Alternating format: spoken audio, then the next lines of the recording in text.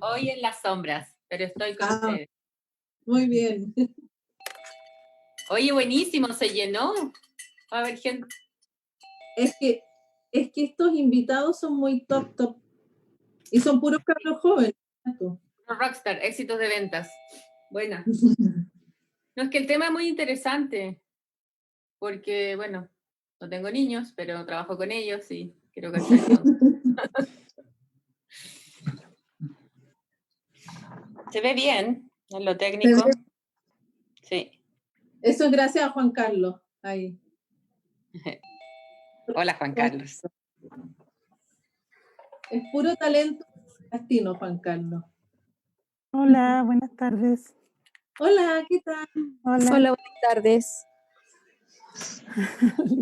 Hola. Hola a todos. Hola, hola.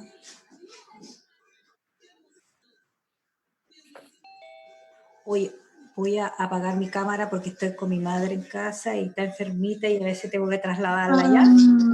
Ya, abrazo para tu madre, que se mejore. Ok, ya.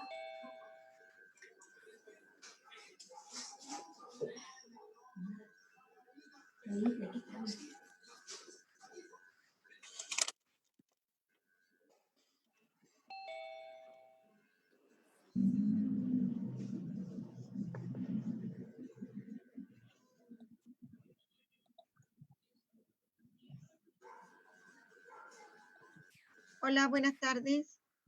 Hola. Soy la profesora Alexandra de Antofagasta. Hola, Alexandra. Buenas tardes. Hola, soy Danisa de Antofagasta. Ok.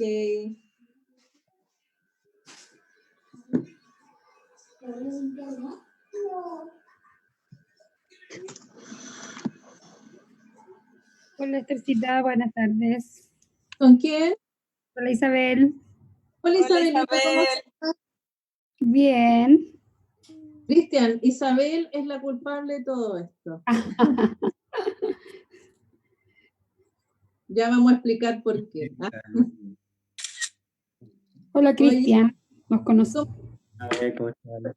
Bien, gracias. Cris.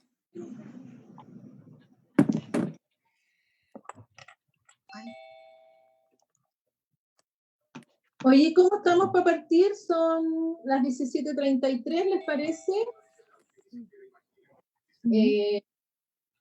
Tú, Juan Carlos, vas, ¿no es cierto? Tú vas recibiendo a la gente y eso. Bueno, bienvenidos a todos. Gracias por estar con nosotros en este segundo ciclo de educación.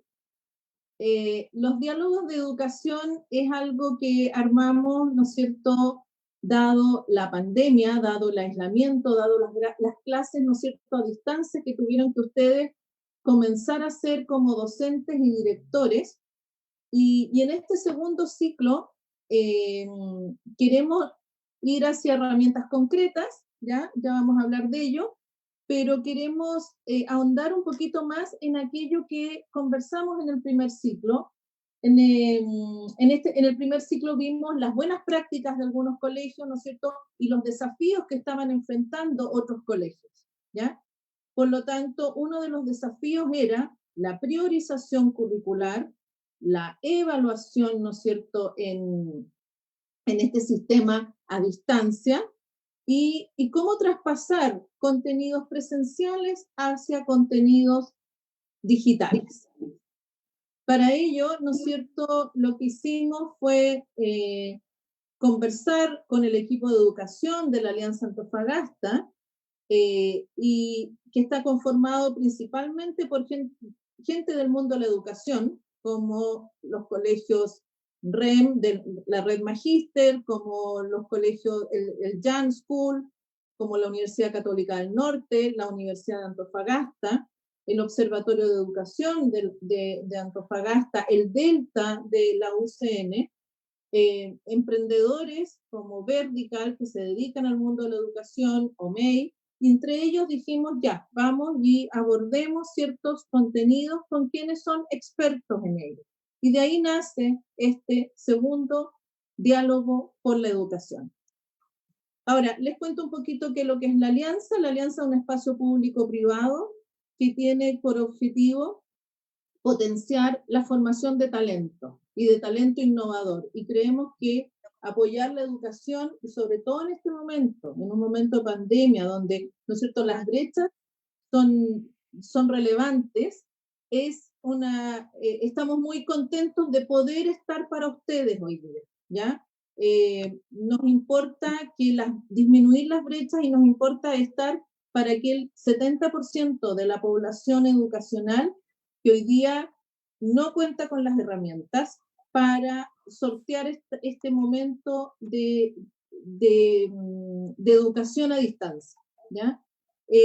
La alianza, quiero decirlo, se sostiene gracias a los aportes, ¿no es cierto?, de Fundación Minera Escondida, de Antofagasta Minerals, de Puerto Antofagasta, quienes están presentes, a quienes agradezco, y de 80 organizaciones que creen que la colaboración es la única forma de salir, no solo de esta pandemia, no solo, ¿no es cierto?, de la crisis que se nos viene, sino que permanentemente. La colaboración es aquello que nos va a servir para transitar a un escenario un poquito más desarrollado. Dicho esto, quiero dejar con ustedes a Luz Jun. Ella es directora de AYEP, es miembro de la Alianza y es un miembro muy comprometido con la educación de nuestra región, y no solamente desde AYEP, sino que también desde la Alianza Antofagasta. Luz, no sé dónde estás, no te veo. Aquí, hola, buenas tardes, ¿cómo están todos? No sé si me escuchan. Muy buenas tardes, siempre es una alegría, ¿no es cierto?, ver tanta gente, 88 están ahí pidiendo admisión, 88 personas ya conectadas, así es que buenísimo, una alegría ver que estos diálogos finalmente que ha promovido la Alianza desde el día 1, desde el día 1, no solamente desde que entramos a cuarentena voluntaria o obligatoria en algunas comunas, ¿no es cierto?, sino que desde el año pasado, desde la crisis social que estamos viviendo, se han impulsado muchas actividades telepresentes y como miembros de la Alianza estamos preocupados de abrir estos espacios. Así es que felices, contentos, veo caras conocidas ahí, Isabel, a Marcos, a Manuel. Así es que, nada, muy, muy contentos de que una vez más podamos ejecutar como alianza espacios de conversación. El compartir las buenas prácticas, ¿no es cierto?, nos va a permitir justamente avanzar en temas que tienen que ver con problemáticas de la sociedad. Conversaciones valientes le llamamos a algunos, ¿no es cierto?, que tenemos que tener. Y en el ámbito de la educación estamos llamados a tener estas conversaciones valientes. Así es que, nada, yo me callo, muchas gracias por invitarme, Esther, y dar unas palabras aquí como miembros de la Alianza. Está pendiente la organización de los diálogos en educación superior, así que tenemos que conversar sobre lo que estamos viviendo, ¿no es cierto?, en términos de educación superior también, en este contexto de telestudio. Así es que gracias una vez más y vamos a escuchar ahí a los invitados. Buenas tardes. Muchas gracias, Luz. Les vamos a explicar un poquito cómo va a operar esto. Tenemos hoy día 3 panelistas, ¿no es cierto?, que van a ser presentados a continuación por Manuel Daneman, pero es importante que tengan, por favor, siempre sus micrófonos bien silenciados, porque a veces los ruidos del entorno, el ruido ambiente, ¿no es cierto?, se cuela inevitablemente. Y las preguntas, por favor, háganlas vía chat. Ya muchos de ustedes ya hicieron las preguntas cuando se inscribieron, así que muchas de esas preguntas ya van a ser seleccionadas. Quiero dejar con ustedes a Manuel Daneman, ¿no es cierto?, de la Red Magíster, quien nos va a presentar, ¿no es cierto?, el contexto en el que estamos hoy y nos va a presentar a nuestros expositores. Manuel. Hola, estamos en una epopeya, yo por lo menos lo he pensado así, lo he discutido con muchas personas del mundo de la educación a lo largo de Chile, en fuera de nuestro país. Una epopeya que está en el centro anal del debate, como el ojo del huracán. es bastante recurrente. Y hay dos elementos importantes a considerar para la presentación de hoy. Por un lado, los objetivos de aprendizaje, que son aquellos puntos de meta, de avance, de desarrollo para la formación de nuestros alumnos, que además ahora nos han pedido que los prioricemos, y nos han pedido que los prioricemos en el contexto del año 2020 y 2021. Y el segundo punto es comunidad. La comunidad es donde se desarrollan los objetivos de aprendizaje. Y la comunidad está compuesta, como bien sabemos, por unas familias que tienen unos hijos que hoy día están en la casa, que están además en teletrabajo, que tienen que compartir muchas veces recursos o muchas veces no tienen recursos que compartir y están sujetos, por tanto, a una situación compleja, desafiante y al mismo tiempo tensionadora. Por otra parte, nuestros alumnos que probablemente fueron expertos en juegos de algún tipo de tecnología, pero no se encontraron hasta ahora con una sistematización y un trabajo que tiene los niveles de exigencia que hoy deben hacer. Y además, parte importante de la comunidad, quienes hacen que todo este sistema funcione, los profesores. Hay profesores que están y tienen, la gran mayoría de ellos, un aula en su casa, un aula hogar, la llamaba yo el otro día, ¿no? Un sitio desde el cual están desarrollando una labor maravillosa, con un entramado increíble y con un impacto gigante, y que esto hace que es una epopeya que nos convoca hoy día a este encuentro donde tenemos tres grandes invitados. Cristian Celedón, asesor educativo de la Universidad de Chile, psicólogo de la Católica del Norte, máster en Educación y Políticas Públicas y Equidad, Universidad de Glasgow, y la adaptación de asignaturas no presenciales a la priorización curricular. Oriel Cisterna, especialista en evaluación y monitoreo, Universidad de Chile, psicóloga, diploma en psicología educacional también de la Universidad de Chile, y su temática que abordará hoy es evaluar asignaturas no presenciales con objetivos de aprendizaje priorizados. Y finalmente, Macarena Rodríguez, directora académica del Colegio San Ignacio de Alonso Valle, licenciada en Educación de la Universidad Metropolitana de Ciencias de la Educación, máster en Asesor Educativo de la Universidad Complutense de Madrid, España, y la temática que abordará con nosotros hoy es el caso de implementación de priorización curricular bajo un escenario no presencial. Bienvenidos a los tres, estamos muy agradecidos de su participación y de la importante convocatoria que hemos tenido. Hay personas de Guadalajara, del Perú, de Rancagua, de Lama, Antofagasta, en fin, me puedo probablemente dejar de nombrar algunos lugares y estamos muy contentos de esto. Cristian Celedón, por favor, le pedimos que comience con su presentación. Muchas gracias, Manuel, muchas gracias por la invitación. Voy a comenzar ahora a compartirle en mi pantalla. Este es un tema bastante complejo, por lo cual voy a tratar de avanzar rápido dentro del tiempo que tengo y obviamente después va a haber espacio para preguntas donde vamos a poder profundizar, ¿ya? La presentación, como indica ahí, se llama Recomendaciones Generales para la Priorización Curricular. ¿Y cuál es el objetivo un poco de esta presentación? Es tratar de conversar con ustedes de estrategias prácticas para poder implementar. Todos sabemos que las priorizaciones curriculares fueron entregadas por el Ministerio de Educación. Hay una página en el currículum, en la página web donde está el currículum nacional y donde están las priorizaciones, pero la gran pregunta son cómo esto lo puedo concretamente aplicar en el contexto que vivimos actualmente. Entonces, lo que voy a tratar de explicar en esta breve presentación es una recomendación de cómo poder generar un espacio de implementación de este tipo. ¿Ya? Lo primero, antes de comenzar, darle algunas como lineamiento importante que tienen que considerar. Tuve la oportunidad de revisar las preguntas que enviaron previamente, entonces pude ver que existían varias dudas respecto a qué es lo que es la priorización curricular. Así que lo primero, aquí puse algunos puntos importantes que hay que considerar. Lo primero, que no es obligatoria. Ojo, es una herramienta orientadora. ¿Qué quiere decir esto? Que los establecimientos tienen la libertad de elegir los procedimientos de implementación de este marco orientador, y por eso el Ministerio lo ha definido como un marco de actuación pedagógica. ¿Por qué es importante saber esto? Porque la priorización curricular, ya algo que me han preguntado bastante, no reemplaza el currículum nacional, ni tampoco es una adecuación al currículum nacional. El currículum nacional está vigente y no ha sufrido ninguna modificación. La priorización curricular es simplemente una orientación que hace el Ministerio de Educación para indicar cuáles son, desde la perspectiva de los expertos del Ministerio, los objetivos claves a considerar en este escenario más acotado, ¿ya? Entonces, es súper importante tener ese cuidado, porque me han preguntado muchos profesores, ¿es obligatorio? ¿Hay que hacerlo? ¿Ese es el nuevo currículum? No, no es un nuevo currículum. Es una priorización del currículum vigente actual. La vigencia no va a ser solo por este año, ojo, es de 2020-2021. Nosotros el primer semestre de 2022 recién vamos a regresar al espacio normal de implementación del currículum nacional vigente.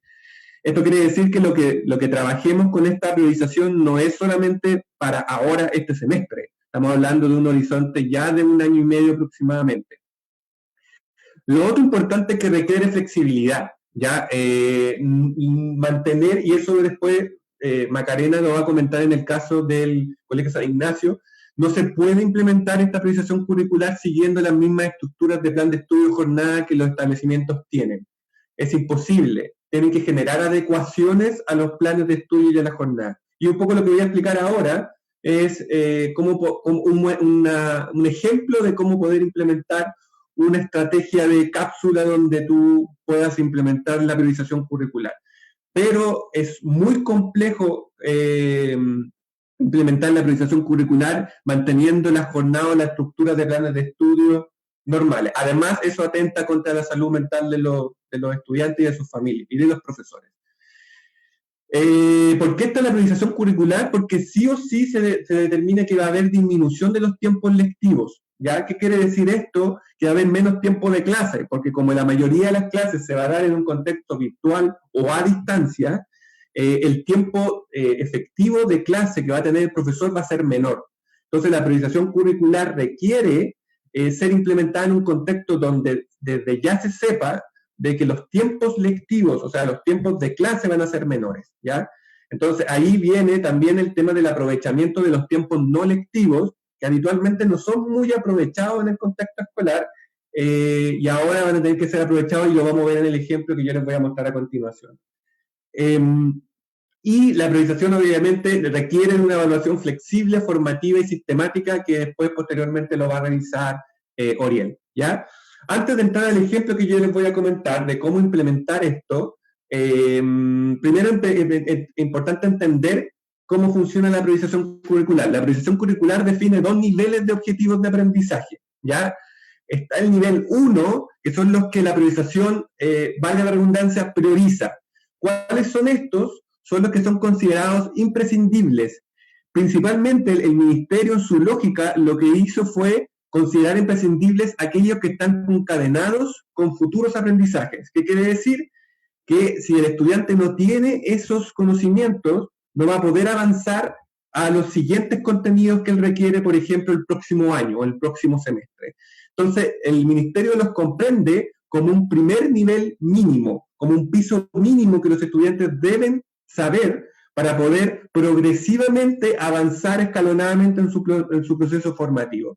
De lo contrario, si no tienen ese primer nivel mínimo, es muy complejo que ellos concadenen otro aprendizaje en lo que sigue, por ejemplo, el segundo semestre o el 2021. Con eso, por eso se entiende como objetivos de aprendizaje de nivel 1, aquellos que son priorizados e imprescindibles. Así se entienden, como objetivos imprescindibles. Y luego, la priorización define objetivos de aprendizaje de nivel 2, que son aquellos integradores y significativos. ¿Qué significa esto? Los objetivos integradores son aquellos que se conectan entre áreas temáticas, disciplinares o asignaturas, ¿ya? Entonces, son objetivos que no son imprescindibles, pero sí te ayudan a conectar con las diferentes asignaturas. Y significativos, porque son objetivos que ayudan al estudiante a desenvolverse en el mundo actual, ¿ya? Entonces, la priorización te dice, no son imprescindibles, o sea, el estudiante igual puede avanzar, pero si tú los puedes tomar, son también valederos. Y hay otros, el tercer nivel, que los denomina como no priorizados, que son finalmente los que quedan fuera de la priorización.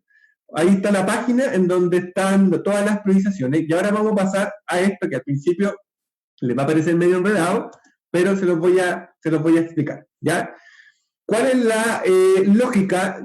por lo menos el trabajo que he estado haciendo yo con diferentes instituciones educativas, colegios, escuelas, etcétera, y también a nivel de educación superior, hemos estado ocupando la clase invertida como estrategia de implementación de los currículums priorizados.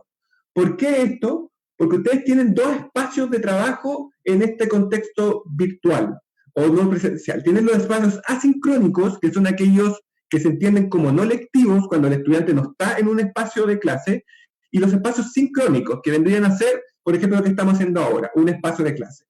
En la educación tradicional o normal presencial, siempre la clase es el espacio sincrónico clave. En este caso, tanto el espacio sincrónico como asincrónico son igual de importantes. Entonces, ¿qué es lo clave?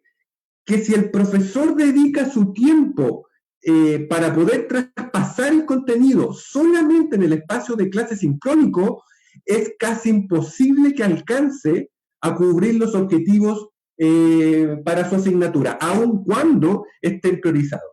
Entonces, ¿cuál es lo que yo les recomiendo que estructuren dentro de sus espacios de asignatura? Primero, generar espacios previos de entrega de información. ¿Cuál es la idea de esto? Es en la entrega previa priorizar, facilitar al estudiante o a los estudiantes, los y las estudiantes, todo el contenido clave que él requiere saber basado en los objetivos de nivel 1. ¿Ya? Entonces, por ejemplo, si yo estoy pasando cierta asignatura y en esa asignatura yo segmento el contenido de este objetivo y yo tengo cierto contenido, estamos hablando de cuando hablamos los objetivos de aprendizaje, están los de conocimiento y comprensión y de habilidad. Los de conocimiento y comprensión. Todo el contenido que yo requiero que el estudiante sepa, yo lo traspaso anteriormente con guías de trabajo o con estructuras orientadoras que me permitan al estudiante recibir ese contenido y saber cómo darle lectura o ejercitarlo o revisarlo, ¿ya? ¿Cuál es la idea de esta? La idea de esto es que cuando él llegue al espacio sincrónico de clase, yo pueda profundizar en el anclaje de ese contenido y además yo pueda desarrollar habilidades. El ministerio lo que recomienda es que las habilidades se generen de manera transversal, pero las habilidades son más complejas de desarrollar que los conocimientos y la comprensión, que los objetivos de conocimiento y comprensión. Por eso necesitan ser más guiados por el profesor. ¿Qué quiere decir esto? Que en el espacio sincrónico de clase, como se indica ahí, la idea es que se haga un mix entre el desarrollo de los objetivos de conocimiento y comprensión de nivel 1, pero además se potencien las habilidades, los objetivos de aprendizaje de habilidades que están también definidas como nivel 1. Entonces, por ejemplo, si el profesor no traspasa previamente la información a través de, por ejemplo, lecturas, de ejercicios, etc., él va a tener que dedicar todo el tiempo de clase que ya va a ser disminuido al traspaso de contenido. Eso quiere decir que el profesor va a dedicar solamente al desarrollo de los objetivos de conocimiento y comprensión, no así los objetivos de aprendizaje de habilidades. Y, ojo, que el ministerio recomienda de que los que se deben priorizar son las habilidades y que estas deben ser transversales, ¿ya? Entonces, si el profesor desea generar el desarrollo de habilidades, tiene que permitir que en los espacios sincrónicos poder generar ciertas ejercitaciones o espacios de trabajo que permitan al estudiante no solo adquirir el contenido, sino también anclarlo e iniciar su proceso de ejercitación. Entonces, la idea es que en la preclase, en el espacio sincrónico, el profesor traspase el contenido, luego el profesor en el espacio sincrónico introduzca el contenido conectado con lo que se traspasó en la preclase, pero pueda profundizar a través de ejercicio o a través de trabajos más bien de aplicación, ¿ya? Y por último, el profesor puede en la postclase profundizar en ciertas temáticas que ya se dieron por cobertura con el nivel 1 y él puede profundizar otras temáticas que complementen con, por ejemplo, objetivos de aprendizaje de nivel 2 o objetivos no priorizados. Pero el profesor debe asegurar, o la profesora debe asegurar, que no puede avanzar al nivel 2 o a los no priorizados si antes no asegura el cumplimiento de los objetivos del nivel 1. Para esto es importante que el profesor asegure el dominio y tenga evidencias de que asegure ese dominio. Y para eso, a diferencia del proceso tradicional, en donde yo evalúo cada cierto tiempo, en este caso, y por eso la priorización curricular promueve la evaluación formativa, es porque el profesor tiene que estar recurrentemente evaluando. Por ejemplo, como se muestra ahí, acá, por ejemplo, en este ejemplo se muestran 3 instancias de evaluación en un solo espacio de trabajo. Por ejemplo, podríamos decir que esto es una semana de trabajo de una asignatura, por ejemplo, donde tengo 1 o 2 clases, ¿ya? Entonces el profesor, si ustedes se fijan, tiene 3 espacios donde él puede recibir retroalimentación o resultados por parte del estudiante y ese resultado transformarlo en evidencia que le permita a él saber si es que el estudiante está o no asegurando el dominio del objetivo mínimo del nivel 1 que se está requiriendo. ¿Por qué es importante generar estos espacios de evaluación formativa? Porque permiten retroalimentar al profesor y generar ajustes si él requiere, por ejemplo, en el próximo etapa, reforzar ciertos elementos. Porque como les comentaba anteriormente, los objetivos de nivel 1 son objetivos progresivos. Eso quiere decir que si el estudiante no los asegura, es decir, no asegura su aprendizaje, no va a poder seguir avanzando. Entonces, siempre los objetivos de nivel 2 y los no priorizados quedan en stand-by hasta asegurar el objetivo número 1. Y esto tiene que ir avanzando transversalmente con los objetivos transversales del PI, del colegio, de la escuela, del liceo, los cuales se pueden ir implementando transversalmente, pero también dentro de estos espacios de trabajo sincrónicos, y todo tiene que estar moderado o nivelado en relación a la contención y el apoyo socioemocional. Hoy día leía un artículo que sacaron autores en Estados Unidos que indicaron que ahora, actualmente, el principal rol de las escuelas son la contención y el apoyo socioemocional, ¿ya? Entonces, el profesor tiene que ser capaz, o la profesora y el establecimiento, de establecer cómo esta progresión curricular priorizada no afecta la salud mental de los estudiantes. Entonces, tiene que haber un grado de nivelación en donde, por ejemplo, si el profesor determina de que tiene tiempo para pasar al nivel 2, por ejemplo, pero se da cuenta de que ese pasar al nivel 2 puede influir en la salud mental de los estudiantes, es mejor brindar esos espacios, por ejemplo, para un reforzamiento, para asegurar de mejor manera el nivel 1, en vez de aumentar la exigencia en el nivel de trabajo de los estudiantes. Entonces, ahí el trabajo que tiene que ir haciendo el profesor en los avances de estos 3 líneas de objetivos que están abajo, es ir moderando si esos objetivos, de alguna u otra manera, irrumpen con un eje central que tiene que ver con la contención y el apoyo socioemocional que tienen que tener los estudiantes. Y ahí tiene que moderar. Cumplí, por ejemplo, aseguré que el objetivo de aprendizaje número 1, de nivel 1 se aprendieron.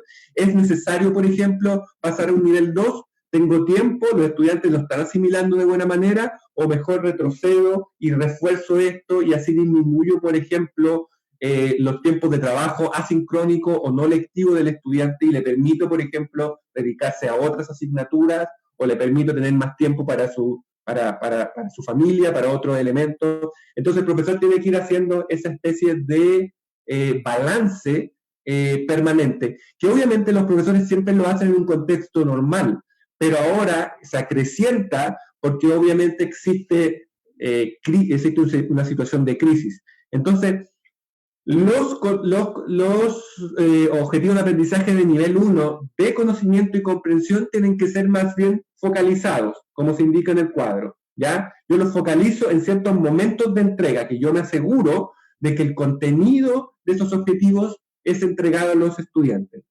Posteriormente, a través de los objetivos de habilidades que son transversales, yo empiezo a proponer oportunidades de aprendizaje al estudiante donde ese contenido traspasado, el estudiante lo puede empezar a utilizar.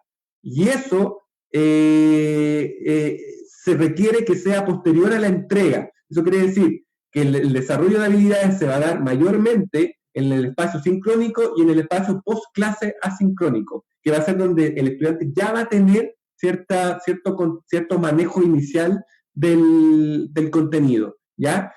Obviamente también el tema de la contención y el apoyo emocional tiene que ser focalizado.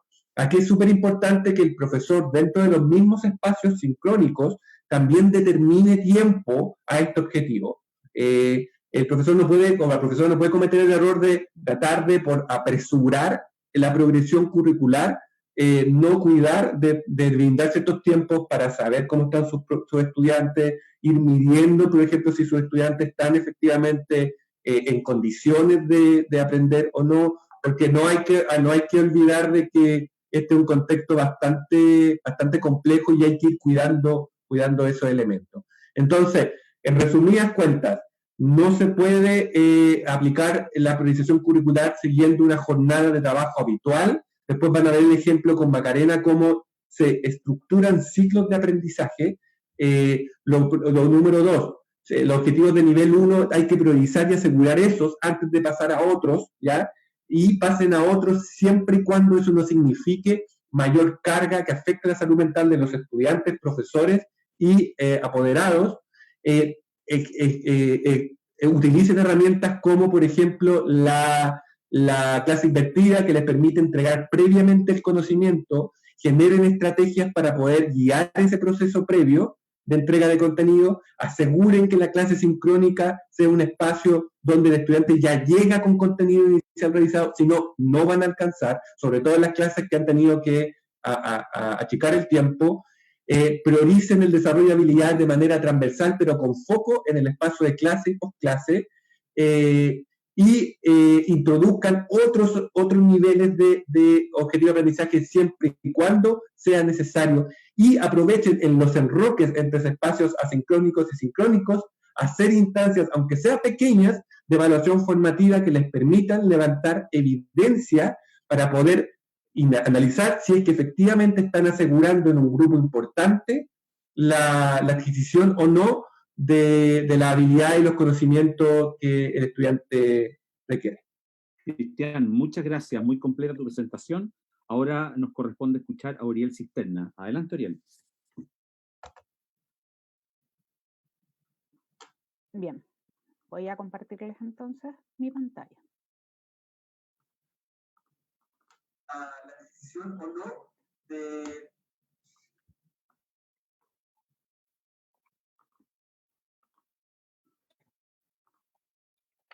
Bien, yo les voy a hablar acerca de algunas orientaciones generales para evaluar en este contexto no presencial. Bien, hablo de orientaciones principalmente porque, como estamos hablando de muchos niveles educativos, evidentemente, estoy tratando de pensar también en tips que puedan ser transversales para que ustedes puedan llevar a cabo esta labor. Bien. La estructura de esta presentación tiene que ver con algunas directrices generales con respecto a evaluación, cómo se genera este tránsito de las evaluaciones tradicionales al contexto en línea y el resguardo de la calidad e inclusión dentro del proceso educativo en este contexto. Bien, como primer aspecto general me gustaría decir que en general lo que yo les voy a exponer está mirado desde la perspectiva de la evaluación para el aprendizaje, que es un enfoque de la evaluación, un enfoque teórico, particularmente desde la evaluación auténtica. Esto tiene que ver porque la función, como en algún momento mencionó Cristian, de la evaluación es otorgar evidencia de los aprendizajes fundamentales para la formación de los estudiantes, ya sea en el ámbito escolar o en el ámbito universitario. Bien, evidentemente esta evidencia lo que genera, o sea, se transforma en la base de la toma de decisiones tanto a nivel de la programación del curso, es decir, ustedes como docentes pueden tomar decisiones con respecto a sus programaciones en función de lo que vayan recogiendo de los aprendizajes de los estudiantes y además a nivel curricular, a nivel macro, digamos, dentro de la escuela o dentro de las instituciones de educación superior, también se toman decisiones en función de lo que se recoge a través de la evaluación. Bien, la evaluación auténtica, en resumen, es un enfoque de evaluación que pretende que tanto las tareas como las actividades de evaluación sean lo más cercanas posibles a los escenarios reales que los estudiantes encuentran en sus contextos cotidianos. Es decir, que lo que nosotros estamos evaluando o las cosas que, como el contenido, lo enfoquemos en el fondo a situaciones que los estudiantes puedan encontrar en su vida cotidiana. Bien, porque eso va a poder acercar de mejor forma el contenido y va a generarse el aprendizaje significativo. Bien, también dentro de la evaluación auténtica, la idea es que existan espacios de retroalimentación donde los estudiantes puedan reconocer sus fortalezas y ámbitos de mejora, y también ustedes como docentes obtengan información para ir mejorando sus asignaturas. En este sentido, la idea de la evaluación auténtica, muy en consonancia también con lo que tiene que ver con el currículum priorizado, es que tiene que haber distintos tipos de evaluación, no solamente las sumativas, que son las calificadas, sino que evaluaciones formativas que dan evidencia de los procesos de aprendizaje en distintos momentos de la formación, o en distintos momentos de que uno pasa una materia o un contenido en específico. La idea también es que puedan ser bidireccionales, es decir, que tanto ustedes puedan evaluar a los estudiantes como los y las estudiantes puedan evaluarlos a ustedes. Y también integrar la evaluación de pares, que es de estudiantes a estudiantes, donde evidentemente la evaluación se convierte entonces también en una instancia de aprendizaje. Bien.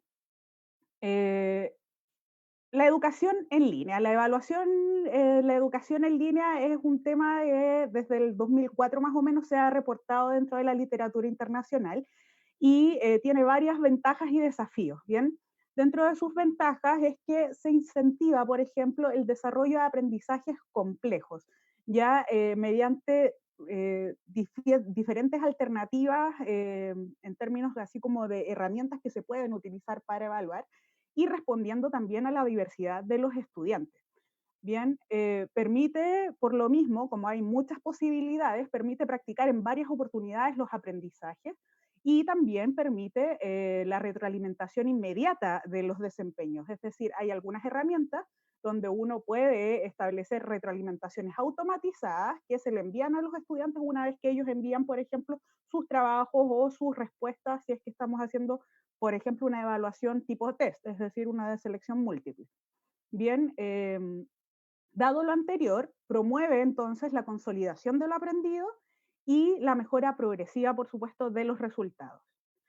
Entre los desafíos que se han reportado tiene que ver con la necesidad de explicitar claramente el objetivo de las actividades que deben realizar los estudiantes, como las instrucciones. Bien, es como se pierde en esta instancia la posibilidad que da la presencialidad, ¿no? De poder responder en el momento algún tipo de duda que tengan los y las estudiantes.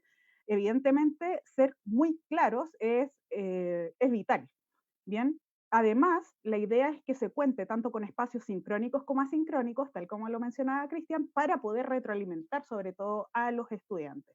Bien, eso es sumamente importante porque va a haber probablemente algunas o algunos estudiantes que no van a poder conectarse en el momento que ustedes estén haciendo las clases, por lo tanto, evidentemente ahí hay que optar también por tener estos espacios asincrónicos para que ellos puedan resolver dudas o tener contacto o vínculo con ustedes.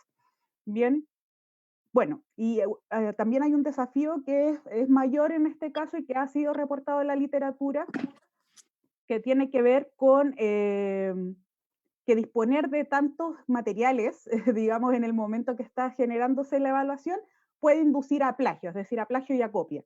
Ya, este riesgo se reduce significativamente cuando hacemos la inclusión de estas evaluaciones de las que hablaba Cristian anteriormente, que tienen que ser complejas, de aplicación de conocimientos y de desarrollo, porque son en el fondo las evaluaciones que apuntan a que ellos puedan dar cuenta de sus desempeños, de sus habilidades, más que de la memorización de los contenidos. Bien, y evidentemente ahí se hace muy difícil copiar. Bueno, hay que tener algunas consideraciones con respecto a la evaluación en línea, que por ejemplo tienen que ver con la plataforma. Si es que ustedes van a utilizar alguna plataforma para poder evaluar, ya sea Google Classroom, sea, no sé, SurveyMonkey o cualquier tipo de plataforma que les pueda permitir hacer pruebas o subir trabajos en línea, ahí, dependiendo de esa plataforma, va a ser el tipo de evaluación que usted va a utilizar. Bien, nuevamente, otorgar instrucciones claras y precisas es vital. Entregar feedback oportuno también acerca de lo que los estudiantes han hecho también es vital, porque ellos así pueden ir mejorando y se genera estos vínculos que son tan importantes para este contexto, ¿no? No podemos hablar de educación online, sino que es más bien una educación remota, una educación no presencial, porque nuestro modelo educativo no está pensado de esa manera. Bien, privilegiar evaluaciones de aplicación es vital. Bien, porque eso les va a permitir entonces generar también aprendizajes significativos de los estudiantes y asegurarnos de poder promover el desarrollo de habilidades. Propiciar tareas offline o asincrónicas. Eso significa que ojalá no realicen, si ustedes realizan clases virtuales, no realicen las evaluaciones en el mismo momento que están realizando las clases virtuales, ¿ya? Porque eso no les asegura que los estudiantes puedan acceder todos al mismo tiempo a la plataforma que ustedes elijan para evaluar, o bien que los estudiantes tengan, no sé, algún problema de conexión a internet, o que quizás el computador que están utilizando lo utiliza también otra persona o otras personas dentro del hogar, si es que lo tienen, o podrían no tenerlo, entonces hay que hacerlo mucho más flexible.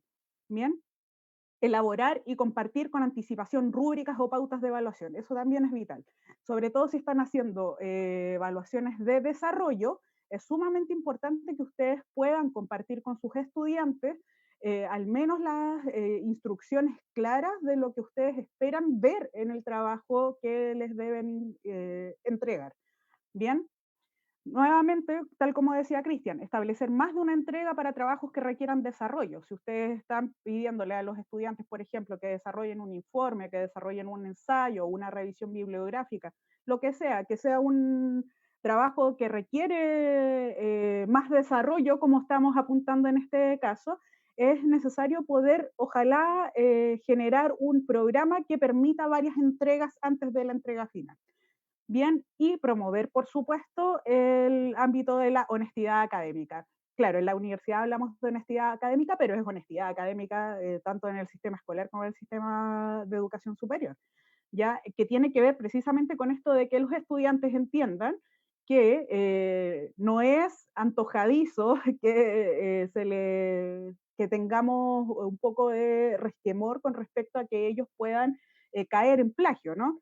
Sino que tiene que ver más bien con la capacidad que ellos tengan de adquirir las habilidades y conocimientos de una forma que sea enriquecedora para ellos, ¿no? Y que les sirva al final. Hay dos tipos de evaluaciones principales que se pueden hacer, que se hacen siempre en la presencialidad y que se pueden traspasar hacia el ámbito virtual. Las primeras son las pruebas de conocimiento o las evaluaciones de conocimiento, que tiene que ver con esto de, espérenme un segundo, de las pruebas de selección múltiple o de respuesta abierta. Bien, la idea de las pruebas de conocimiento es recoger, evidentemente, que ellos manejen ciertos conceptos teóricos con respecto a lo que les estamos tratando de enseñar, ¿no? Las pruebas de selección múltiple en general son muy simples o este tipo de pruebas que son de respuestas breves, son muy simples de revisar, son contestables en cualquier momento y con un límite de tiempo muy, muy acotado. La idea es que puedan, si quieren, utilizar una herramienta informática, como les decía, Google Classroom, o sea, perdón, Google tiene Google Forms, que es como la plataforma que tienen para hacer este tipo de pruebas, que generalmente se utiliza para encuestas, pero también tiene un modo de calificación, ya un modo cuestionario que les permite hacer pruebas de selección múltiple o de respuesta abierta corta. Y esta herramienta además les permite aleatorizar tanto las preguntas como las opciones de respuesta. Bien, lo ideal es que utilicen, si es que quieren evitar el plagio también, utilizar este tipo de herramientas.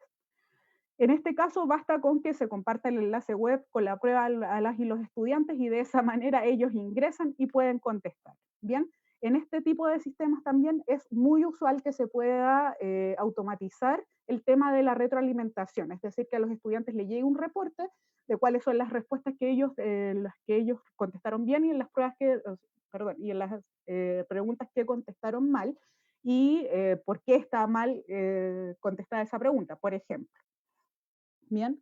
Y las otras son evaluaciones de desempeño o mixtas, que tienen que ver con estas evaluaciones a las que apuntábamos, ¿no? Que tienen que ver con desarrollo y con aplicación de conocimiento, que pueden ser, por ejemplo, ensayos, investigaciones bibliográficas, informes, que pueden ser grupales o individuales, elaboraciones de proyectos, mini elaboraciones de proyectos, utilizar metodologías de casos para el aprendizaje, participar en foros de discusión si es que ustedes están utilizando alguna plataforma actualmente para poder subir su contenido y tiene la opción de foros, también puede utilizar la participación de foros en torno a temas específicos y que ellos puedan ir comentando alrededor de ese tema, por ejemplo, y eso también es evaluable. Bien. Cualquiera sea la decisión que usted tome al respecto de qué tipo de evaluación va a realizar, la idea es que pueda probar previamente la plataforma con los estudiantes antes de considerar la calificación. ¿Ya? ¿Por qué? Porque esto responde a la necesidad de apresto, ¿no? La idea es evaluar al estudiante en lo que sabe o en lo que conoce, en sus habilidades, y no en la habilidad que tenga de ingresar a la plataforma. Por lo tanto, si usted está utilizando una plataforma nueva, ojalá haga antes una prueba piloto, por así decirlo, que sea formativa y que pueda permitir a tanto usted como a los estudiantes conocer la plataforma. ¿Ya? Y procurar, evidentemente, que la evaluación sea lo suficientemente flexible como para permitir adecuaciones a los contextos de los estudiantes. Como les decía, tiene que ver, por ejemplo, con problemas de conexión, con problemas de acceso a dispositivos para poder acceder a las clases o a las evaluaciones, hasta con situaciones de discapacidad que pudieran estar operando ahí y que tenemos que tener en consideración, y por lo tanto, para asegurar la inclusión y la calidad, tenemos que hacer que tenemos que siempre tener planes B en el fondo. Bien. En resumen, centrarse en el sentido formativo de la evaluación es vital. Es decir, privilegiar evaluaciones donde la reflexión y el análisis y la aplicación de conocimientos sea lo principal. Evitar, por supuesto, eso implica diseñar evaluaciones centradas en contenidos y memorización. Tomar en consideración también, como decía Cristian, la sobrecarga de los estudiantes. En este sentido, respetar, por ejemplo, la carga total de trabajo de los estudiantes, considerando el tiempo de clases que normalmente debería tener y las actividades, ¿ya? Y por supuesto el impacto en la vida personal que tiene este contexto de emergencia, porque evidentemente estar en el espacio personal, este límite entre el espacio personal y el espacio escolar, no existe. Por lo tanto, evidentemente ahí hay otras cosas operando detrás que tenemos que tener en consideración.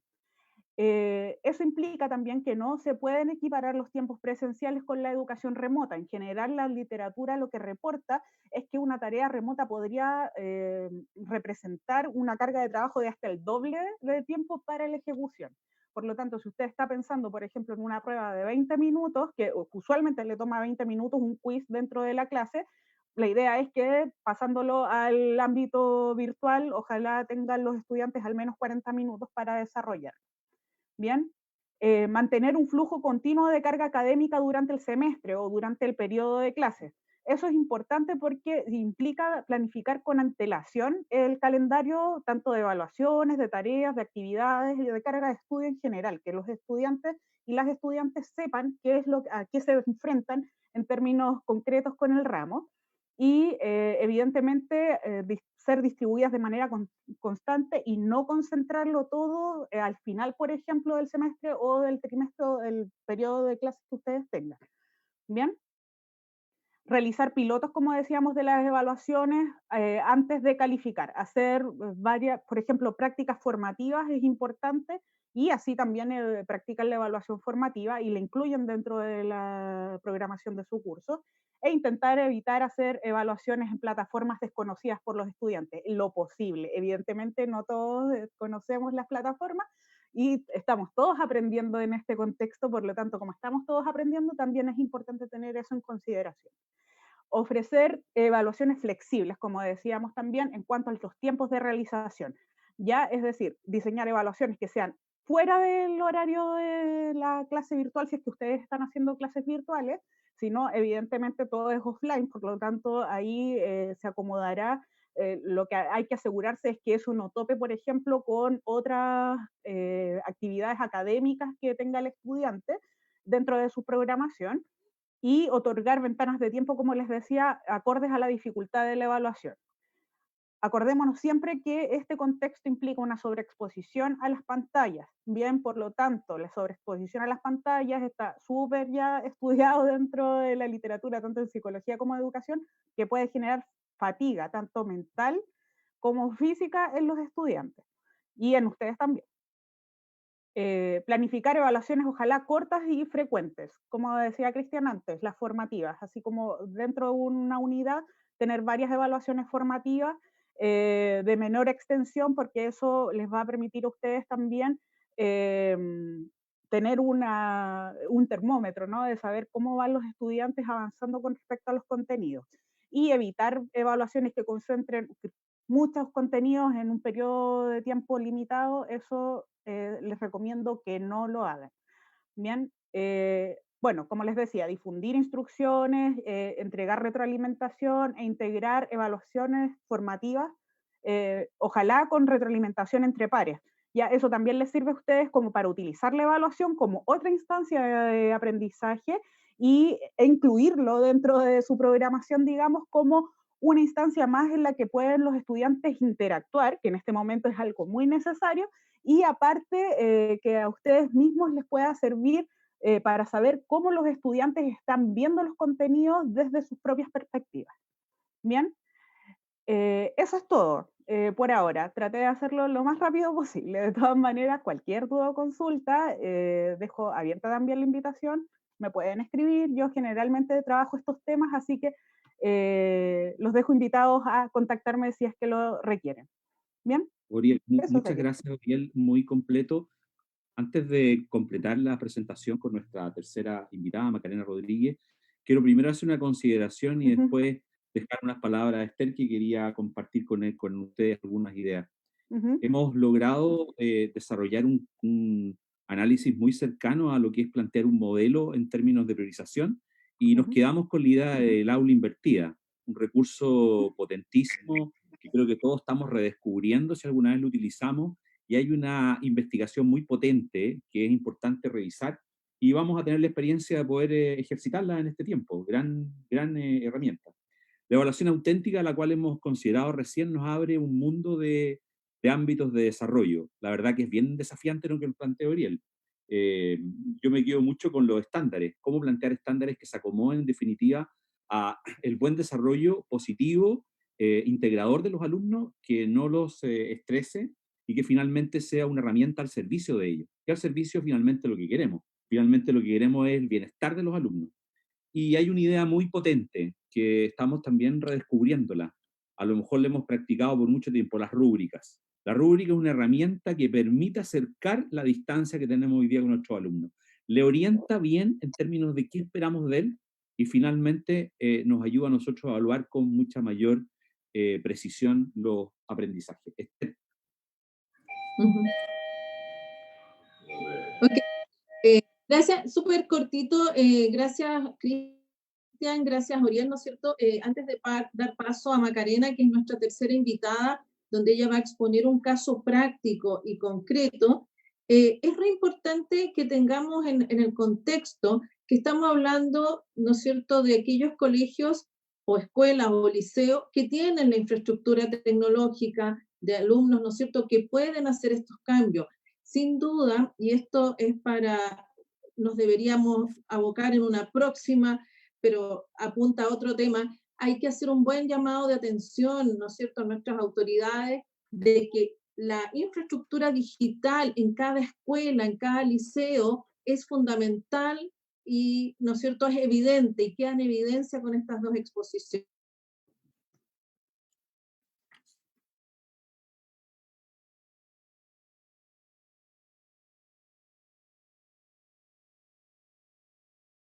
¿Ya? Eso es un poco lo que quería como poner y también quería agradecer, porque el que estén hoy día aquí 140 personas conectadas es a la CMDS de los colegios públicos de Antofagasta, a Copanor de los colegios particulares subvencionados de Antofagasta, y también a FIDE, que son los colegios particulares.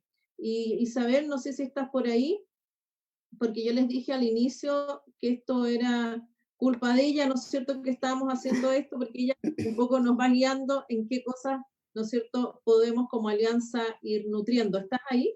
Sí, hola Esther, aquí estoy.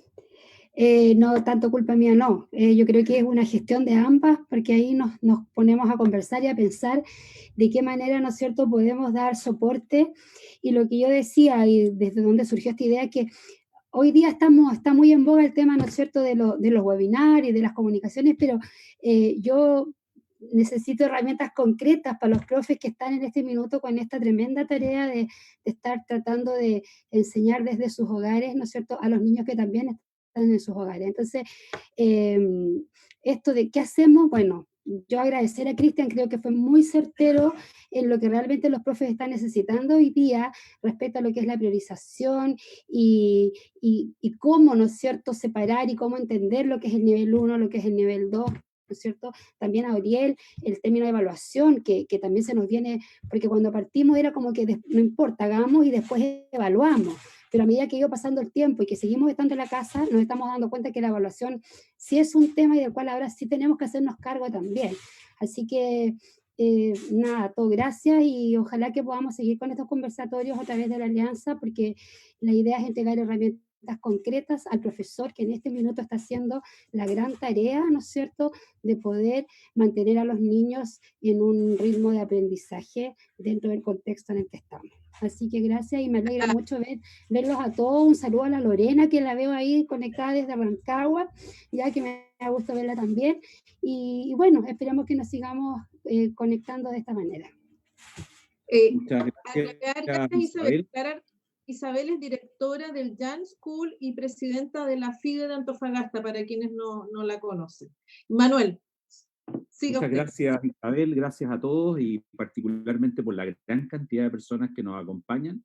Ahora nos corresponde terminar esta presentaciones con Macarena Rodríguez, que ya ha hecho detallada presentación al comenzar nuestro encuentro, y posteriormente vamos a compartir preguntas que probablemente abordarán varios de los temas que efectivamente quedan por hilvanar. Hay mucha tarea por delante y mucho ánimo para todos. Adelante, Macarena. Muchas gracias. Oye, ley de Murphy, hoy día tengo reunión de apoderados. Yo como apoderado y no estoy. Típicas cosas que pasan. Yo me voy a parar desde la completa humildad, porque la verdad es que lo que yo les voy a presentar es de alguna manera, la manera que nosotros encontramos en el Colegio San Ignacio de llevar esto a cabo, pero bajo ningún punto de vista es una receta. De hecho, yo desconfío de cualquier persona que venga a hablarme de una receta. Las recetas en educación, yo creo que todos los profesores sabemos que no existen, que cada curso es un mundo, que cada estudiante es un mundo, y también cada colegio es un mundo con su comunidad. Entonces, muchas de las decisiones que hay que tomar siempre considerando primero el contexto. Así es que yo voy a, como les digo, pararme desde la completa humildad a contarles cómo lo hemos podido ir resolviendo nosotros con todas las dificultades que eso conlleva. Probablemente algunas cosas las hemos hecho muy bien y en otras nos hemos equivocado, como todo. Nuestra expertise es la educación presencial y me imagino que es la expertise de la gran mayoría de los que están aquí. Y esto ha sido súper difícil para nosotros y para los profesores también. Y yo creo que hoy día más que nunca se pone a prueba también todo nuestro compromiso, nuestra disposición con los aprendizajes de nuestros estudiantes. Nosotros a partir del 16 de marzo que se suspendieron las clases, en el área académica, la primera tarea fue cómo lo hacemos para virtualizar lo que tenemos hecho, porque al igual que muchos de ustedes seguramente que tenían sus planificaciones armadas, muchas guías de trabajo incluso multicopiadas, en educación no se puede improvisar, entonces muchas de las cosas que teníamos que enseñar ya estaban diseñadas para enseñar, para que los estudiantes aprendieran, teníamos sistemas de evaluaciones andando, entonces tuvimos que pensar cómo virtualizábamos eso. Y efectivamente, como decía Esther, al principio nadie se planteó mucho la idea de evaluar, porque dijimos, después vamos a evaluar porque esto es momentáneo, y la verdad es que se extiende en el tiempo, y la evaluación se hace hoy día más imperiosa que nunca. Así que lo primero fue virtualizar lo que teníamos hecho.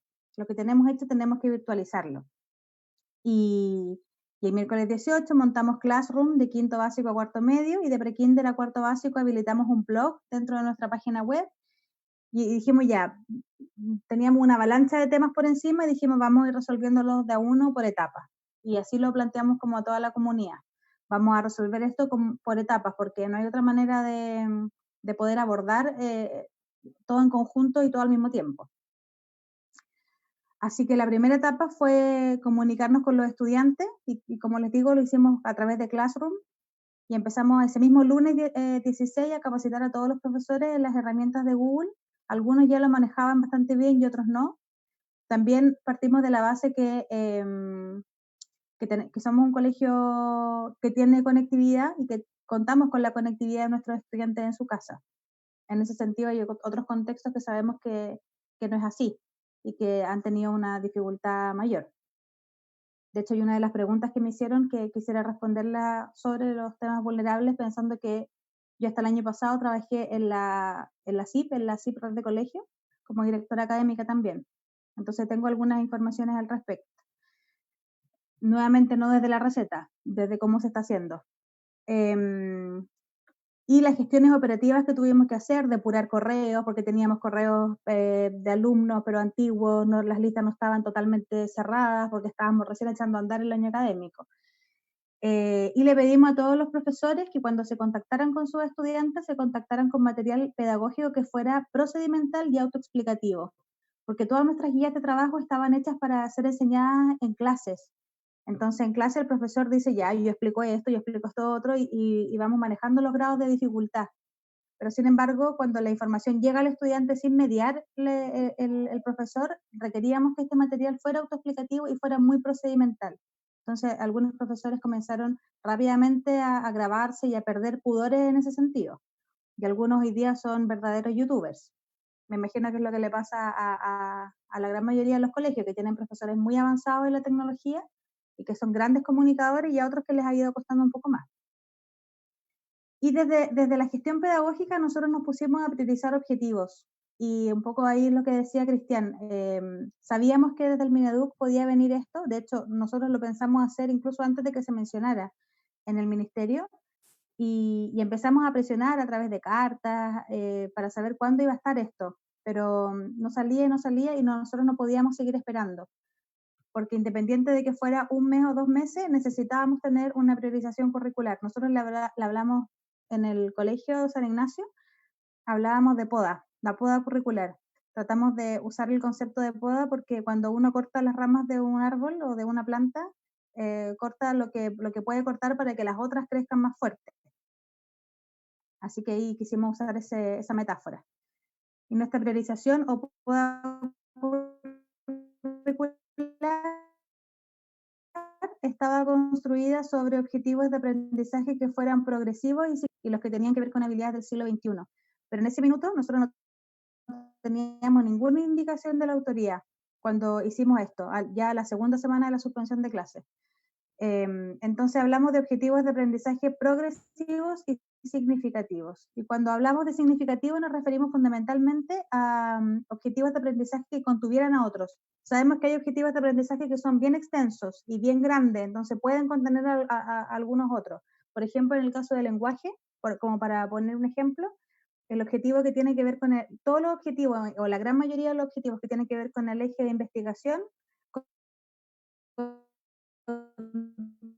tienen tanto el eje de lectura, el universitario rápidamente para cuarto medio, con profesores del colegio, y empezamos con Classroom en una etapa 2 ya con preescolar a cuarto básico. No lo teníamos con el blog, pero no nos permitía dar retroalimentación, porque nosotros colgamos material en el blog y los estudiantes accedían con los apoderados, en verdad, accedían a esto y no podíamos nosotros darles mucho feedback. Después empezamos con el plan de ciclos de 5 semanas, y ahí se los voy a explicar a continuación, y horarios MIT de acuerdo a la priorización. Nosotros hicimos una priorización curricular, nuestra poda, que les quiero mostrar un poco acá, cómo se ve. Armamos una matriz en un Google Drive, en un documento, una hoja de cálculo compartida, y donde los profesores acá ponían el nivel, eso inmediatamente se ponía con un ciclo, se marcaba la asignatura y después hicimos algunas preguntas. ¿Cuáles son las metas del año? ¿Cuáles son tus grandes metas del año? Tratamos de que el profesor se pusiera en la mente de lo general a lo particular. Entonces, ¿cuáles son mis metas del año? 1 o 3. Y tenían que redactar lo esencial del año en formato de meta. Podía ser 1, 2 o 3. Después pensaron en estas grandes unidades, después revisaron sus objetivos de aprendizaje que estaban asociados a esa meta y a esa unidad, y cuáles eran los indicadores que estaban asociados a ese objetivo de aprendizaje que se iba a medir. Y dejamos una parte de la matriz para que los profesores pudieran eventualmente en el futuro poder poner el tipo de evaluación, si era sumativa o formativa, y la actividad de evaluación que iban a medir. Para eso lo dejamos en blanco, solamente como proyección futura para que después nos pudiera servir la misma matriz. Y cada área se puso a trabajar, dimos varias tardes, algunas tardes de los profesores que tenían este horario para poder trabajar en esto. Ellos tienen reuniones por área también y fue una discusión que se estableció dentro de cada área, liderada por el jefe de departamento. Después ellos me enviaban a mí un ejemplo de un nivel, yo lo retroalimentaba y después volvíamos a tener otra semana para trabajarlo. Y así tuvimos cerca de 2 o 3 semanas para completar esta matriz de priorización curricular que la hicimos de manera anual. Una vez que tuvimos esta priorización interna nuestra como Colegio San Ignacio, pensando en el nivel, la asignatura, lo esencial del año, las futuras evaluaciones, unidad, objetivo, habilidad, indicadores, la consolidé con el equipo de informática, la consolidamos y nos quedó así. Tenemos toda la priorización curricular en una planilla Excel con los indicadores asociados a cada uno de los objetivos de aprendizaje. Y así nos quedó. Después llegó lo de la unidad de currículum y ahí les quiero mostrar lo que hicimos.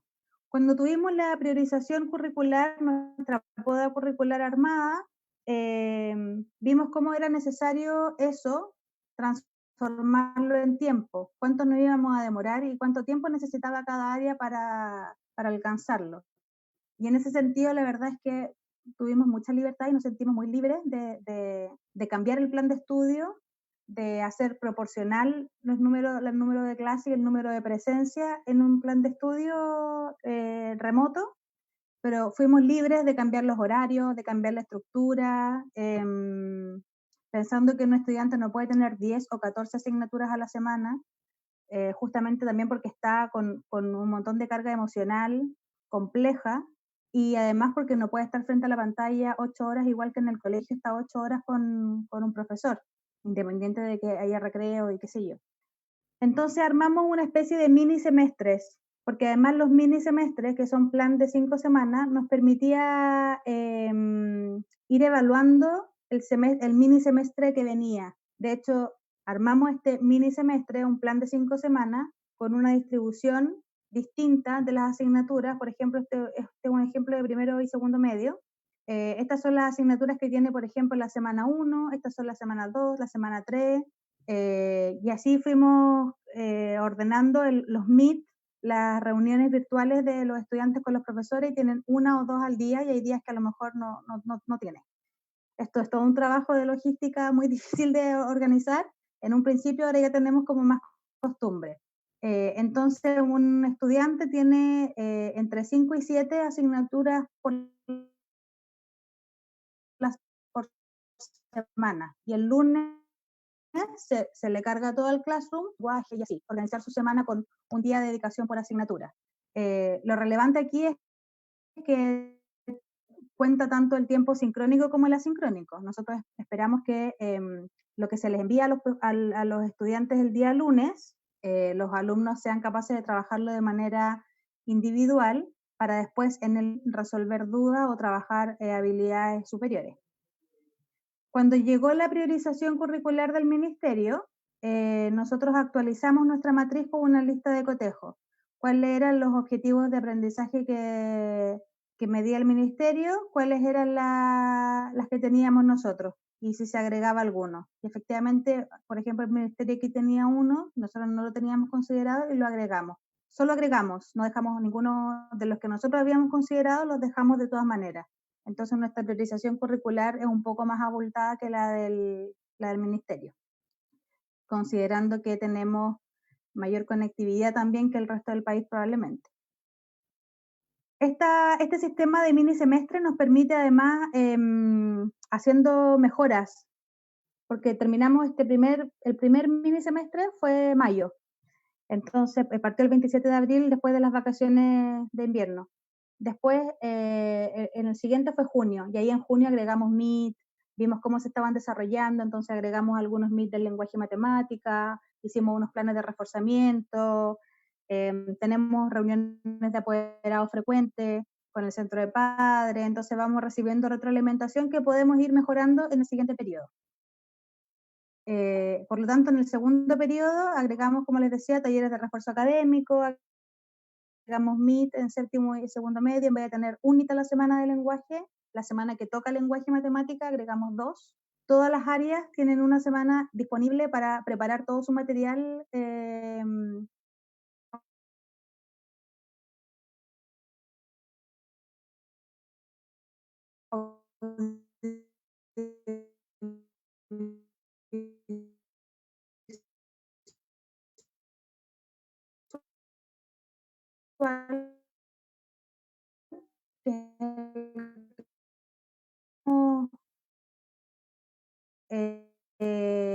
como plan de clase al inicio de cada periodo. Se lo entregamos a los apoderados y a los estudiantes. Les decimos cuál es el tema, qué se espera que aprendan en este periodo, cuáles van a ser las actividades claves que van a hacer los estudiantes, y así por asignatura. Entonces, iniciamos un periodo y le entregamos esto. Ahora vamos a agregar lo de la evaluación formativa, que ya es algo que estamos conversando. Y así continuamos con mejora continua a través del diálogo frecuente con apoderados, con estudiantes, con los profesores, y ahí mantenemos un plan de comunicación muy frecuente, reuniones académicas semanales, yo individual con los jefes de área, también lenguaje y matemáticas, también el equipo científico humanista. La verdad es que hoy día tenemos muchas más reuniones de las que tenemos presencialmente porque se requiere mucha coordinación. Eso.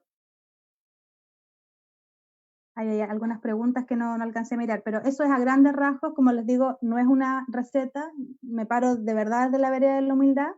Yo creo que la única receta que sí podría darles, y que yo creo que todas la conocemos, es que esto se hace con todos. O sea, para mí hubiera sido mucho más fácil sentarme en el escritorio a ordenar esto y a presentarlo a los profesores, hubiera tenido resistencia seguro, algunos reparos, pero el hecho de integrar a trabajar a todos juntos es lo que hace que esto pueda ser finalmente compartido y llevado a cabo, con más o menos errores, pero que todos compartamos y tengamos visión común de cómo queremos hacer las cosas. Además, yo soy nueva en el colegio, entonces, sin haberlo hecho con todos juntos, la verdad es que no hubiéramos logrado nada. Yo creo que la única receta es cualquier decisión pedagógica que se tome, tiene que ser considerando la opinión de los profesores. Esa es la única receta que yo les podría decir que sí es receta y que sí funciona. Macarena, muchas gracias. La verdad que terminar esta primera parte con un testimonio es muy iluminador, porque ya no solamente son las definiciones más técnicas o las ideas más fundadas en la investigación, en lo que nos han presentado nuestros dos relatores anteriores, ahora agrega esto un valor muy potente, que es decirlo desde lo que está ocurriendo, donde efectivamente ocurren las cosas que nos pasan a todos. Los que estamos aquí estamos de alguna u otra manera involucrados en una realidad que nos convoca y nos afecta y también nos desafía. Así que muchísimas gracias. Vamos a ver algunas preguntas. La participación ha sido activísima. Y Cristian, me gustaría preguntarte algo que nos llega desde la Fundación Minera Escondida, un área que efectivamente también trabaja en el mundo de la educación y tiene un impacto importante en nuestra ciudad y en nuestro entorno. ¿Cuáles son los costos y beneficios de priorizar el currículum? Sí, bueno, como toda decisión y como todo contexto en crisis, hay que tener en cuenta que hay, como bien dice ahí la pregunta, costo y beneficio. En este momento, los grandes si podríamos partir por los costos obviamente de la priorización es que efectivamente los estudiantes van a tener menores capacidades de poder acceder al currículum completo como lo haríamos en un contexto normal. O sea, hay que pensar de que van a haber brechas importantes de aprendizaje, aun cuando un establecimiento logre asegurar que todos aquellos objetivos de aprendizaje nivel 1 sean adecuadamente cubiertos. Aún así se cumple ese objetivo, van a haber mermas de aprendizaje que el Ministerio está considerando 2020-2021, pero que obviamente van a afectar esto en el mediano plazo. O sea, vamos a tener estudiantes que en ciertos niveles, sobre todo en niveles más críticos, van a tener ciertos gaps que, aun cuando se asegure cierto nivel, un piso mínimo, como dice el OA de nivel 1, van a tener esas dificultades. O sea, ahí hay un costo bastante importante. Pero finalmente tenemos que entender, igual que estamos en un contexto de crisis y la priorización curricular genera ciertos beneficios. El principal beneficio de la priorización curricular es descomprimir la jornada de trabajo de la escuela, los liceos y los colegios, porque finalmente, como decía Macarena, hace una especie de poda, que me gusta harto como la definición que hizo el San Ignacio de poda, porque finalmente te permite concentrarte en lo troncal, en lo principal. Entonces, ese foco en lo troncal te permite de alguna manera asegurar que, aun cuando exista un contexto de crisis, los estudiantes pueden dar cierta continuidad a su proceso de aprendizaje, porque tenemos que pensar que finalmente los que se ven más afectados con la no continuidad del proceso son los estudiantes obviamente más vulnerables. Entonces, es súper importante poder generar estrategias que permitan cierto nivel de continuidad, aunque sea básico, aunque sea en un nivel mínimo, pero que permita cierta continuidad. Entonces, la priorización curricular, de alguna manera, te beneficia el hecho de que los establecimientos tienen una orientación clara de cuáles son los focos prioritarios que tienen que seguir, porque si no, hacen un trabajo un poco a ciegas. Y hacer este trabajo a ciegas en un contexto como el que estamos actualmente es bastante peligroso, porque en uno te puede guiar bien, pero en otro no te pueden guiar quizás de la manera más adecuada. Entonces, es bastante responsable desde el Ministerio, quizás un poco retrasado, sí, pero generar esta priorización que es crítica, porque sin esta priorización es muy difícil vislumbrar un proceso de progresión curricular de manera organizada. Ahí lo importante también, y una misión que tiene el Ministerio crítica, es también acompañar esto con orientaciones de implementación, porque sin orientaciones de implementación, que yo vi que las van a entregar ahora en junio, es bastante complejo implementar. Porque claro, vemos el caso del Colegio de San Ignacio, pero ese es un caso en específico, pero pueden haber otros casos donde no les sea tan simple poder generar un proceso de adaptación, como decía Macarena, por ejemplo, en un contexto donde hay menor conectividad, por ejemplo. Entonces, súper importante que este proceso se acompañe con orientaciones que deberían, se supone, llegar en junio. Hay un tema que es recurrente, gracias Cristian. Hay un tema que es recurrente y aparecen varias preguntas y quiero centrarme en una pregunta que hacen del Colegio Binacional Chino-Norteamericano de Antofagasta, que nos hace presentar, Macarena, me gustaría que tú pudieras comentarnos de la experiencia que han tenido en el San Ignacio Alonso Valle, todo ese ámbito que a veces queda un poco más oculto y es bien complejo. Alumnos con Asperger, alumnos que tienen problemas de interés o falta de interés en el trabajo online, a pesar de aplicar todas las estrategias. Es un área que probablemente a lo mejor la vemos que es minoritaria, pero sin embargo el papel y el rol de cada alumno para nosotros es muy importante. ¿Cómo lo están abordando ustedes? Nosotros en el colegio, bueno, siempre es un desafío y nos hemos puesto también desde la vereda siempre nos ponemos un poco desde la vereda de lo inclusivo como las excepciones. Y en ese sentido hablamos mucho de evaluación diferenciada, cuando de verdad deberíamos hablar de una diversificación de la enseñanza. La evaluación es la culminación de un proceso. Entonces, desde la dificultad que tiene por temas culturales, nosotros lo hemos resuelto, no sé si lo hemos resuelto, pero lo hemos trabajado con mucha diversificación. con cápsulas muy diversas, con esta estructura también que es más liviana para los estudiantes y para los profesores, que les permite también ponerse en la vereda de tener que diversificar, pero también con los tiempos para poder hacerlo. Y bueno, tuvimos que armar espacios de reforzamiento voluntarios para los niños y los abordamos con focus group, con diagnóstico, con un espacio de las tardes solamente para ellos, para poder ver lo que los demás vieron en la semana, perdón, en este mini semestre. Entonces ellos se reúnen y consolidan de nuevo todo lo que se vio en el semestre para que no se nos vayan quedando atrás. Pero yo creo que la clave es la diversificación. Nuevamente hay que trabajarlo con los profesores, por muchas educadoras diferenciales que tenemos. Nosotros en el colegio tenemos unas que trabajan así perfecto y son demasiado comprometidas y muy puestas con el trabajo del profesor, pero la verdad es que el trabajo curricular es fundamentalmente del profesor, así es que si no existe un trabajo, un compromiso de él de diversificar su propia enseñanza, es muy difícil llegar a todos los estudiantes, no solamente a los que tienen necesidad educativa permanente, ni transitoria, sino que a todos. Gracias, Macarena. Hay un tema, Oriel, que siempre se hace presente, particularmente en estos momentos donde la necesidad de tener una estructura ordenada, porque además tenemos a los niños a la distancia, donde estén claros los objetivos de aprendizaje, esté muy clara la práctica guiada, la práctica independiente, cómo evaluamos y finalmente cómo retroalimentamos.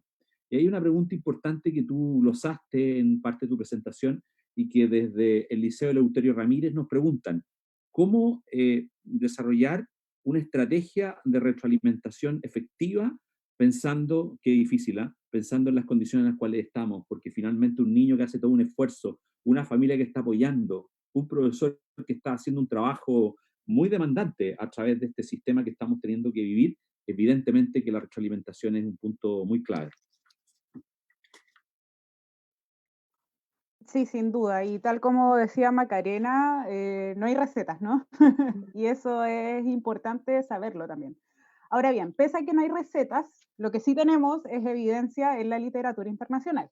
Bien, y lo que dice la evidencia con respecto a las retroalimentaciones efectivas es que no es necesario que tengamos que invertir una gran cantidad de tiempo en la retroalimentación, sino más bien generar mecanismos de seguimiento del aprendizaje que puedan darnos cuenta de indicadores, por ejemplo, donde podamos detectar ciertas, por ejemplo, falencias que se están generando en, no sé, un grupo curso, por ejemplo, a través de varios estudiantes o varias estudiantes, entonces ahí ir a mirar como ese tipo de falencias, o bien, si hay algo que todos los estudiantes están haciendo muy bien, también ir a mirarlo, bien, porque la retroalimentación va tanto, como decíamos, como mencionaba en mi presentación, tiene que ir tanto hacia, siempre apunta a la mejora, ¿no? Pero tiene que ir tanto hacia la potencialidad de los estudiantes como a los ámbitos de desafío,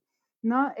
La idea es poder generar una estrategia de seguimiento que bien podría ser, por ejemplo, hacer evaluaciones formativas que puedan ser pruebas cortas o trabajos cortos, muy breves, donde los estudiantes puedan poner ahí ciertos conocimientos y habilidades y que los docentes entonces puedan hacer retroalimentaciones grupales. Ya, es decir, utilizar, por ejemplo, el espacio de aula virtual si es que lo utilizan para poder hacer esa retroalimentación, o bien utilizar plataformas o ámbitos virtuales donde puedan plantear ciertos temas y que estén orientados, como les contaba, al grupo curso, es decir, detectar como falencias y potencialidades generales. Y eso dentro de la literatura ha sido reportado como de bastante éxito. No tiene que ser individual, sino que puede ser colectivo, y en lo colectivo también está la interacción. Por lo tanto, esa interacción también va beneficiando en el fondo y promoviendo el desarrollo de habilidades. Y por eso también implementar, por ejemplo, espacios de evaluación de pares también es una buena forma de generar ese seguimiento y esa retroalimentación. Eso, yo diría que son esas las dos cosas que más aparecen en la literatura.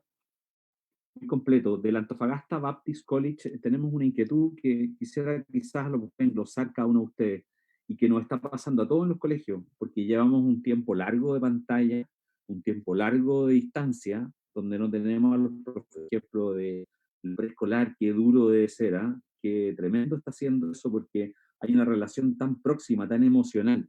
¿Cómo motivar, Cristian Marín, cómo motivar a los alumnos para que pasión más activa en las clases no presenciales? ¿Cómo enfrentar este complejo escenario de tener que trabajar a distancia? Puedes comenzar a lo mejor Macarena y puedes sumar Cristian. ¿Cómo motivar? Qué difícil, porque yo creo que ese es un desafío que tenemos también presencialmente. La motivación de nuestros estudiantes es algo que nos pasa presencial y de manera virtual.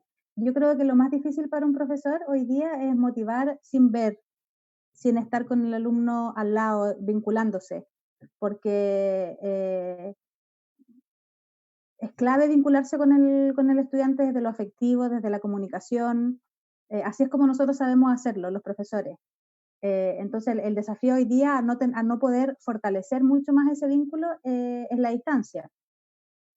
Y yo creo que la única manera es tratar de vincularse en esta distancia también, con mucho seguimiento del profesor jefe, que el profesor de asignatura cuando no esté con los estudiantes conectados les deje un mensaje motivante también en el classroom, en este caso, que se dé cuenta cuando falta clase y le puede escribir un correo. Yo creo que la motivación parte de fortalecer el vínculo. Cuando el alumno siente que el profesor le importa su aprendizaje, porque lo estima, porque hay cariño, lo que estoy diciendo pareciera ser súper cliché, pero la verdad es que yo en mi experiencia puedo decir que realmente es una motivación importante. El Departamento de Educación Física ha trabajado mucho porque los niños trabajaban con su cámara apagada, el tema de la motivación, porque era vital verlos. Entonces, la medida que prendían su cámara, solamente en la medida que estaban motivados por la clase. Entonces, actividades lúdicas, de activación al iniciar, y ahí ellos iban prendiendo sus cámaras, se daban cuenta que ellos hacían algo y los otros también, pero así, se construye día a día. De la abundancia de la experiencia hablan ustedes, ¿ah? Por dicho un poco popular que lo cambié sobre la marcha, pero nos va entregando una serie de orientaciones muy potentes. Se les agradece mucho. Algo que agregar un poco desde la psicología, Oriel, que tú algo también nos comentaste, el tema de estar enfrentado a este trabajo tan, a veces, que puede ser un poquito como muy estructurado, bajo la lógica de no estar en forma presencial. Sí, hay varios temas ahí, porque tiene que ver con la fatiga fisiológica que se genera por la exposición, la sobreexposición a las pantallas, que eso ha sido un tema relevante, diría yo, de estudio dentro de la psicología en términos clínicos, porque genera esta fatiga fisiológica, digamos, que tiene que ver con el cansancio de la vista, y también con un tema de fatiga mental. Bien, porque evidentemente nosotros evolutivamente, si hablamos así como del desarrollo tecnológico, ha ocurrido en un espacio histórico muy corto. Bien, es decir, en comparación a la historia universal, el espacio histórico en que hemos tenido pantallas es muy corto. Por lo tanto, nuestros cuerpos no están preparados para eso. Bien, y porque no están preparados para eso, es evidente que tiene un impacto súper notorio incluso nosotros mismos, cuando estamos enfrentados mucho rato a una pantalla, evidentemente hay un cansancio mental que luego se cuesta recuperarse, del que cuesta recuperarse. Y también hay un tema emocional, ¿no? Que tiene que ver con la condición en la que estamos de contingencia propiamente tal, que es un contexto de crisis, ¿bien?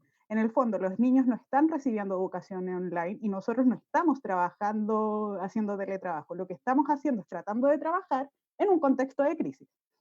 Bien, y los niños están tratando de estudiar en un contexto de crisis. Entonces, evidentemente, todos esos factores generan un estado emocional y afectivo que también va a ver su influencia dentro de las motivaciones, más allá de lo que vemos también dentro de la presencialidad. Yo creo que eso lo podemos ir regulando, promoviendo estos espacios de interacción. ya promoviendo el espacio de interacción entre padres, promoviendo el espacio de interacción con los y las docentes, es necesario porque al final esos espacios, como alguien decía, la escuela se convierte en espacio de contención, ¿bien? Y no es arbitrario ni antojadizo decir eso, sino que es la realidad. En este momento la escuela es un espacio de contención. Entonces hay que tener en cuenta todas estas condiciones, principalmente para promover la interacción en el fondo y que la escuela entonces se convierta en este espacio donde el estudiante puede también hacer una catarsis, si se quiere, qué es lo que le ocurre, ¿no? Utilizar quizás un espacio de la clase para hablar, por ejemplo, acerca de qué es lo que siente y qué es lo que le pasa con esta situación, es súper recomendable. Creo yo, por lo menos desde mi perspectiva, más disciplinar, digamos. Bien, son muchas, pero muchísimas las inquietudes que están en el chat. No es posible abordarlas todas. Por ejemplo, hay un tema que tiene que ver con los apoderados, la ansiedad de los apoderados. Es un tema que vamos a tener que abordar probablemente en otra sesión. Yo personalmente, y en nombre de la Alianza Antofagasta y de todos los que han asistido acá, les quiero agradecer por su entrega, por la dedicación que nos han dado, la generosidad que han tenido, compartir sus conocimientos, su experiencia. La verdad que salimos de esta reunión muy ilusionados por lo que podemos hacer. Nuestras comunidades educativas necesitan mucho a nosotros y fundamentalmente que nos fortalezcamos. Por tanto, estas reuniones nos llenan como de recursos, de vitaminas, de fuerza para seguir continuando con esta labor que es una epopeya, una verdadera epopeya que podremos contar después en el tiempo de haber hecho una entrega potente a una sociedad, a una civilización, finalmente. Esther, te dejo para que puedas terminar la despedida y, bueno, muchas gracias a todos. Sí, gracias a todos. Estoy buscando, espérame un minutito, acá está. A ver, gracias a todos por su participación, a los expositores, gracias por compartir, ¿no es cierto?, sus experiencias. Y sin duda nos quedan muchos temas pendientes y quiero, ¿no es cierto?, a ver, Mauricio Zambrano dice, me habría gustado que pusieran alguna experiencia a nivel municipal, ya que es otra la realidad. Y sin duda, ya nosotros en el primer conversatorio, en el primer diálogo, tuvimos la experiencia del Liceo Industrial de Antofagasta y claro que sí, es otra realidad. Y probablemente es otra realidad también de los colegios mucho más vulnerables que un liceo industrial y aquellos liceos o escuelas que están alejados, ¿no es cierto?, de una zona urbana, aquellos que no tienen internet. Totalmente de acuerdo y gracias, Mauricio, por ponerlo, ¿no es cierto?, y por plantearlo. Yo creo que, a ver, ayer o anteayer salió en el Mercurio de Santiago, le preguntaron a algunos epidemiólogos cuándo ellos creían, ¿no es cierto?, que se iba a volver a una vida X normal, ¿ya? Y algunos de ellos, expertos en este tema, hablaban de septiembre, el 7% solamente hablaba de que volveríamos en septiembre a una vida normal. Y una vida normal con niños en clases. 7% dice que en septiembre, o sea, la nada misma. El 27% de los epidemiólogos decían que íbamos a volver a clases presenciales, el 27% en verano. O sea, si estos epidemiólogos, ¿no es cierto?, tienen razón, nos queda su buen rato en esta modalidad. Por lo tanto, tenemos que seguir trabajando en este tipo de webinar, en este tipo de conversaciones y de diálogos para nutrirnos entre todos y sobre todo nutrir a quienes más nos necesitan, no solamente los colegios, sino que a las escuelas y los liceos. Estoy totalmente de acuerdo con eso. Pero también aquí hay que hacer un llamado también a las autoridades. Necesitamos infraestructura digital en las escuelas y liceos, ¿no es cierto? No es posible que tengamos las brechas que tenemos, pero eso es de largo plazo. En nuestro corto plazo, lo que podemos ayudar es este tipo de instancias. Así que agradezco, Cristian, tu generosidad, ¿no es cierto?, de compartir tu camino en esto. Agradezco a Ariel, ¿no es cierto?, y agradezco también a Macarena porque algo, ¿no es cierto?, alguna luz nos ayuda a seguir adelante. Eso. Compartiremos, no sé, Cristian, Oriel y Macarena, las presentaciones, a lo mejor me pueden mandar algo, porque hay gente que nos pidió también en el chat, algún resumen, algo. Yo se los puedo compartir por mail. Y atentos también a sus comentarios, qué próxima charla les interesa que digamos, ¿ya? Gracias, Cristian. Gracias a todos por estar y gracias, Manuel, por esa conducción de hoy día brillante, muy amena. Muchas gracias. Quedamos atentos a sus requerimientos. Gracias. Muchas gracias. Hasta luego. Gracias. Muchas gracias. Chao. Gracias, hasta luego. Chao. Gracias. Chao, gracias. Chao. Chao. Gracias. Chao, muchas gracias. Saludos a todos. Gracias, Chao. felicitaciones. Gracias. Muchas gracias, que estén muy bien. Saludos. Chao, gracias. Chao, chao. Gracias, Chao. Cristian, Oriel y Estén bien, Esther. chao, chao. Gracias a Luego, estén todos. bien.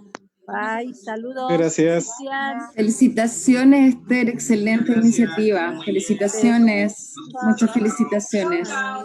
Todo Gracias, mérito Cristian, Oriel y de Esther.